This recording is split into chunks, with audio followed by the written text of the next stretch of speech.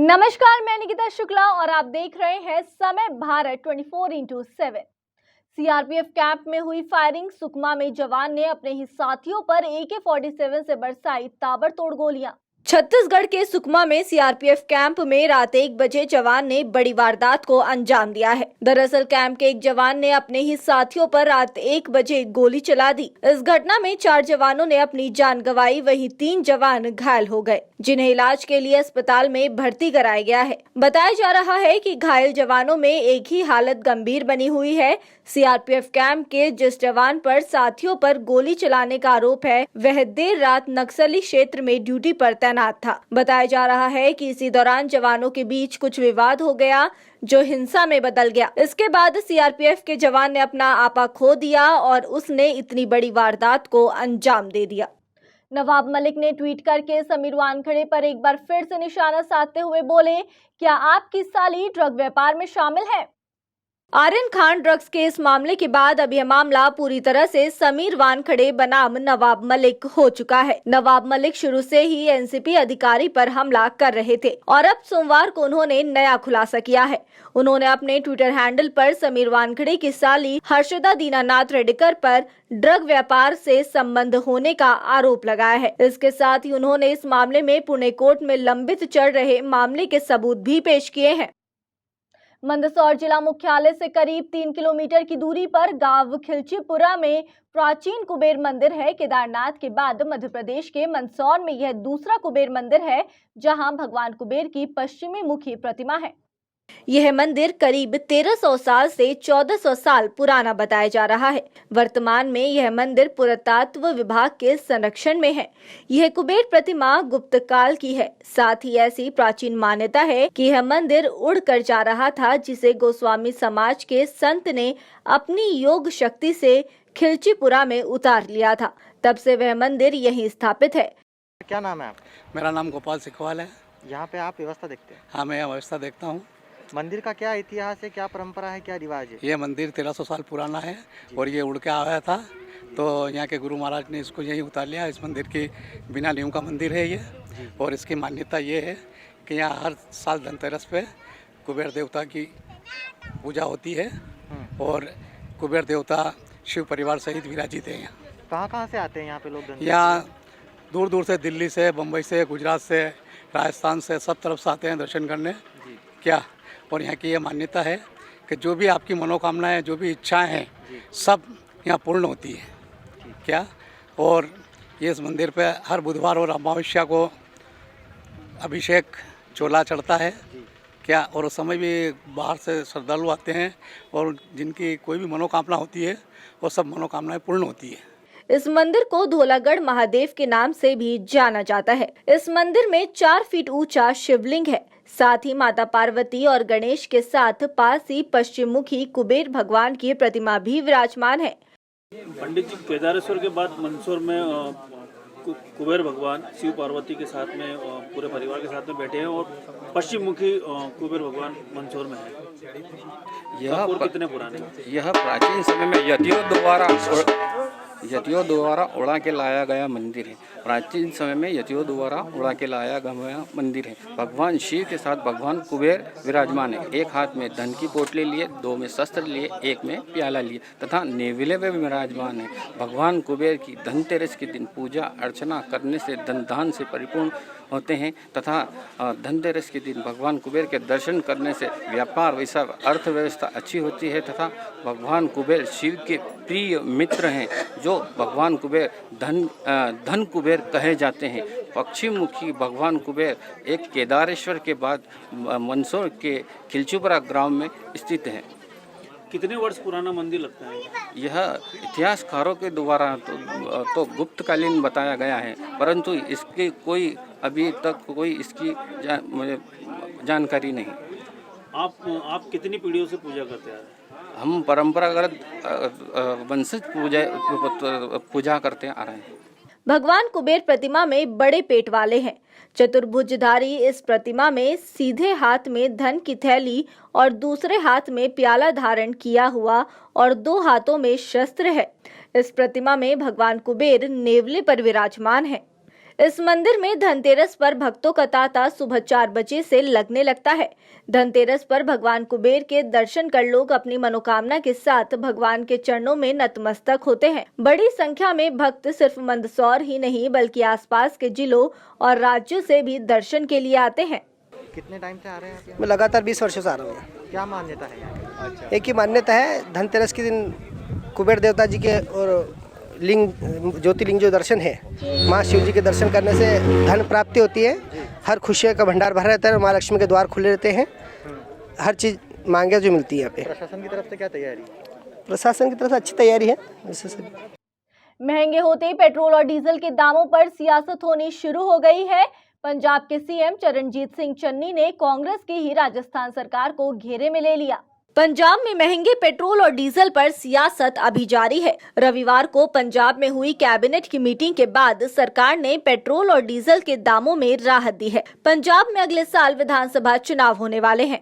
ऐसे में इस बड़े फैसले का क्रेडिट लेने के लिए मुख्यमंत्री चरणजीत चन्नी की सरकार ने सोमवार को खूब विज्ञापन जारी किए।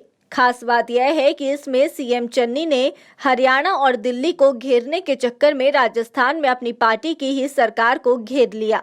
सीएम चरणजीत चन्नी के हवाले से कहा गया कि पंजाब में अब पेट्रोल के रेट 95 रुपए प्रति लीटर और डीजल के 83 रुपए 75 पैसे हो गए हैं। इसके उलट राजस्थान में पेट्रोल 116 रुपए 27 पैसे प्रति लीटर और डीजल 100 रुपए 46 पैसे प्रति लीटर है। पंजाब सरकार ने रविवार को वैट घटाकर पेट्रोल 10 रुपए और डीजल 5 रुपए सस्ता कर दिया था। रामचर राजभर ने रविवार को समाजवादी पार्टी का थामा हाथ। समाजवादी पार्टी राजभर के सहारे अब राजभर समाज को साधने का प्रयास करेगी।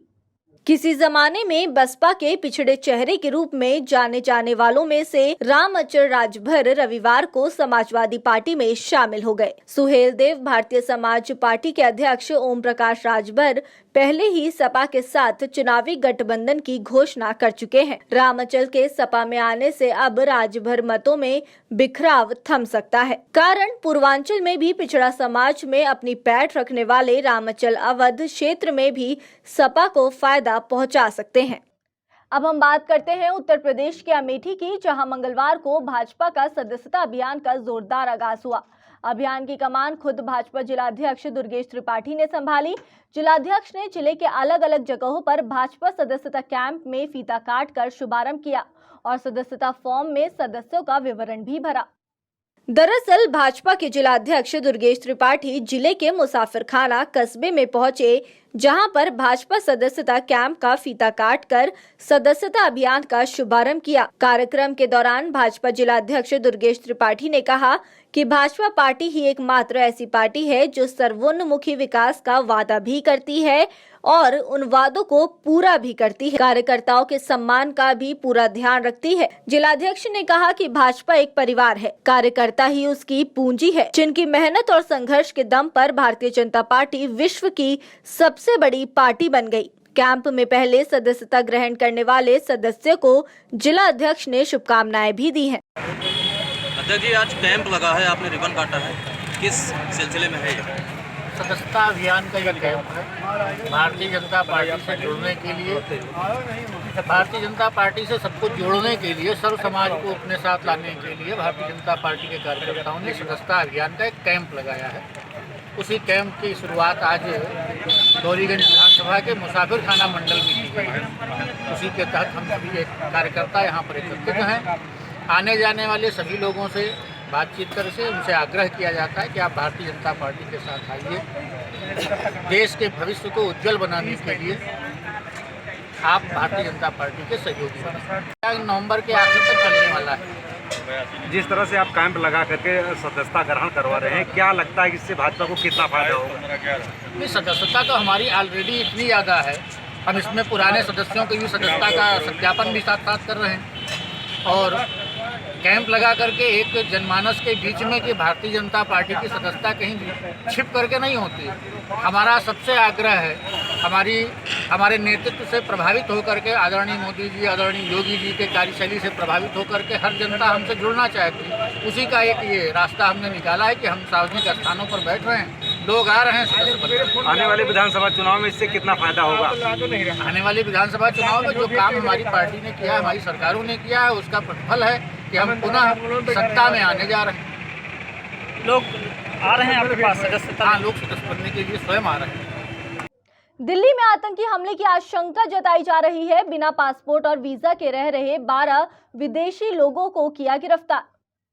राजधानी में आतंकी हमले की आशंकाओं के बीच पुलिस ने दिल्ली में अवैध रूप से रह रहे विदेशियों की तलाश तेज कर दी है और अवधि समाप्त होने के बावजूद भी भारत में रुके हुए विदेशियों का डाटा खंगालना शुरू कर दिया है। बताया जा रहा है कि दिल्ली में कई हजार विदेशी अवैध रूप से रह रहे हैं। पाकिस्तानी नागरिक मोहम्मद अशरफ के पकड़े जाने के बाद दिल्ली पुलिस के एक पुलिस अधिकारी का कहना है कि विदेश नागरिकों को ढूंढने का काम युद्ध स्तर पर चल रहा है। दिल्ली पुलिस के एक वरिष्ठ अधिकारी ने बताया कि गृह मंत्रालय के आदेश के बाद विदेशी क्षेत्रीय पंजीकरण कार्यालय ने दिल्ली में अवैध रूप से व समय के बाद रुके विदेशी नागरिकों की सूची पुलिस को भेजी है। दिल्ली पुलिस ने हर जिले में रहने वाले विदेशी नागरिकों की सूची जिला डीसीपी को भेज दी है।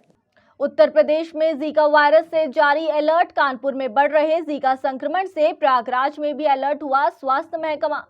कोरोना और डेंगू के संक्रमण का खतरा अभी पूरी तरह से खत्म नहीं हुआ, वहीं दूसरी ओर अब जीका वायरस का खतरा मंडराने लग गया है। रविवार को कानपुर के चकेरी इलाके में जीका वायरस के 10 नए केस सामने आने से खलबली मची हुई है। वहीं 10 नए मरीज मिलने के बाद अब तक संक्रमित मरीजों का आंकड़ा 79 पहुंच गया है। स्वास्थ्य विभाग की टीम इलाके में सैनिटाइजेशन और फॉगिंग कर रही है। बता दें कि सारे केस एयरफोर्स स्टेशन से 3 से 4 किलोमीटर के रेंज में ही सामने आए हैं। जिलाधिकारी विशाख जी अय्यर ने बताया कि इस संक्रमण की रोकथाम के लिए और खासकर इन मच्छरों को पकड़ने के लिए 6 सदस्य कमेटी बनाई गई है। डीएम के मुताबिक जीका वायरस संक्रमण का पहला मामला 23 अक्टूबर को भारतीय वायुसेना के एक अधिकारी में पाया गया था। तब से अब तक यह संख्या बढ़कर 79 हो गई है। संक्रमण से ग्रस्त लोगों के स्वास्थ्य पर नजर रखने के लिए कोविड के दौर में इस्तेमाल किए गए कंट्रोल रूम से जीका रोगियों पर नजर रखी जा रही है। कानपुर में जीका संक्रमण के बढ़ते केस को देखते हुए प्रयागराज में स्वास्थ्य विभाग अलर्ट मोड में आ गया है। मुख्य चिकित्सा अधिकारी डॉक्टर नानक सरन ने संबंधित अधिकारियों व डॉक्टरों को निर्देशित किया है कि जीका वायरस को गंभीरता से लेते हुए यहां समुचित प्रबंध कर लिए जाएं। राहत की बात तो यह है कि प्रयागराज में अभी तक जीका संक्रमण के ना तो कोई लक्षण मिले हैं और ना ही कोई मरीज। मोतीलाल नेहरू मेडिकल कॉलेज के फिजिशियन डॉक्टर सुजीत वर्मा ने बताया कि जीका वायरस के संपर्क में आने से 3 से 14 दिन के अंदर लक्षण दिखने लगते हैं। इसमें हल्का बुखार आना, आँख आना, मांसपेशियों में दर्द होना, जोड़ों में दर्द, सिर दर्द, बेचैनी होने जैसे लक्षण होते हैं। इन लक्षणों से परेशान होने की जरूरत नहीं है। यदि कई दिन से बुखार है तो डॉक्टर को जरूर दिखाएं। बिग बॉस हाउस में राकेश बापट के एंट्री से शमिता और विशाल के रिश्ते पर खड़े हुए सवाल। सलमान खान को विशाल कोटियान ने दिया जवाब। बिग बॉस सीजन 15 में वीकेंड के वॉर पर इस हफ्ते काफी कुछ धमाल देखने को दर्शकों को मिला। एक तरफ जहां घर से एक नहीं बल्कि 2 कंटेस्टेंट बेघर हुए, तो वहीं कई घर वालों ने एक दूसरे के चेहरे से नकाब उठाए। लेकिन इन सब के बीच हमेशा से घर में अन्ना उर्फ विशाल और अक्का उर्फ शमिता शेट्टी के बहन और भाई के रिश्ते को लेकर काफी सवाल खड़े किए गए और ये सवाल किसी और ने नहीं बल्कि घर में आए 2 wild card entry Rakesh Bapat और नेहा भसीन ने खड़े किए। उनका कहना है कि विशाल अपनी गेम को मजबूत करने के लिए शमिता शेट्टी का इस्तेमाल कर रहे हैं। राकेश ने विशाल से सवाल करते हुए कहा कि हमने जो भी बाहर देखा हमें लगा उसमें कुछ सच था और कुछ नहीं था। जो भी शमिता को सपोर्ट करने के बाद जो तुम इधर उधर जाते थे वो थोड़ा सही नहीं था। जिसका जवाब देते हुए विशाल ने कहा जो पहले की बातें थी वो मेरे और शमिता के बीच क्लियर हो चुकी है। कई ऐसी चीजें हुई थी जो मैं उन्हें मजाक में बोल देता था, लेकिन जब शमिता ने मुझे समझाया तो मैंने वो भी बोलना बंद कर दिया। मैंने उन्हें अपनी बहन माना है और बाहर भी मेरा उनसे यही रिश्ता रहेगा। T20 वर्ल्ड कप में पाकिस्तान की लगातार 5वीं जीत स्कॉटलैंड को बाहर का रास्ता दिखाने के बाद सेमीफाइनल में दर्ज किया नाम। 9 साल में भारत का सबसे खराब वर्ल्ड कप रहा। T20 वर्ल्ड कप के 41वें मुकाबले में पाकिस्तान ने स्कॉटलैंड को 72 रनों से हरा दिया है। टॉस जीतकर पहले बैटिंग करते हुए पाकिस्तान ने शानदार खेल दिखाया और 4 विकेट के नुकसान पर 179 रनों का स्कोर बनाने में सफल रही। पाकिस्तान के इस वर्ल्ड कप में ये लगातार 5वीं जीत रही। टीम ने 10 अंक और टेबल टॉपर होने के साथ सेमीफाइनल में क्वालिफाई किया। बाबर एंड कंपनी फिलहाल शानदार फॉर्म में है और टीम के प्रदर्शन को देखते हुए उन्हें टूर्नामेंट जीतने का प्रबल दावेदार तक माना जा रहा है। T20 वर्ल्ड कप से सेमीफाइनल मैचों की बात करें तो टूर्नामेंट का पहला सेमीफाइनल मुकाबला 10 नवंबर को अबू धाबी के मैदान पर इंग्लैंड और न्यूजीलैंड के बीच खेला जाएगा। वहीं दूसरे सेमीफाइनल में जीत के रथ पर सवार पाकिस्तान का सामना ऑस्ट्रेलिया से दुबई में होगा।